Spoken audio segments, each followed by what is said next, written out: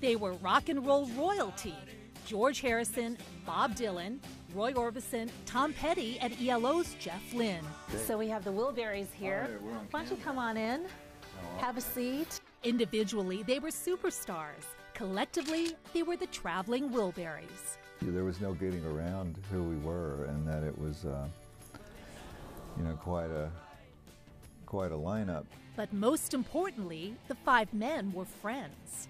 Sometimes if you're having a lot of fun and there's a lot of love in the room, it kind of gets onto the grooves of the record. Their first album, Traveling Wilburys Volume 1, was meant to be a playfully titled one-off project. The year was 1988. Orbison and Lynne were hanging out with Harrison when the former Beatle ran over to Petty's house to grab his guitar.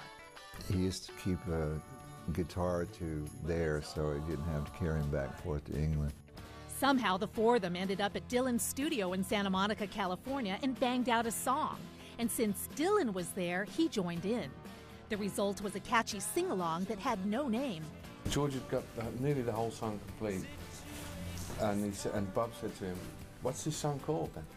And George looked around the room and he saw a box and he said, "Handle with care."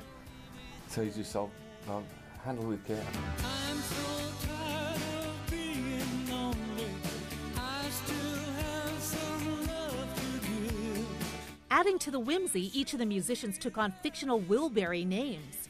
Lynne was Otis Wilbury, while Petty was Charlie T. Jr. But the fun came to a screeching halt when Orbison, a.k.a. Lefty Wilbury, died from a sudden heart attack. I was in England and I just got a phone call just saying, and it didn't even say who it was, and it just said, "Oh, Mr. Orbison's dead." And I hung up, and still to this day I don't know who it was. The group's second album, Traveling Wilburys Volume 3, was dedicated to Lefty. Harrison, known as Nelson Wilbury, succumbed to cancer in 2001.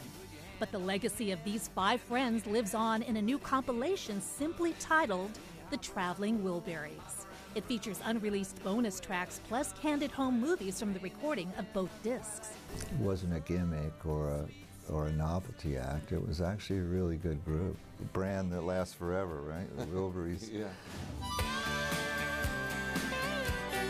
Denise Kwan, CNN, Santa Monica, California.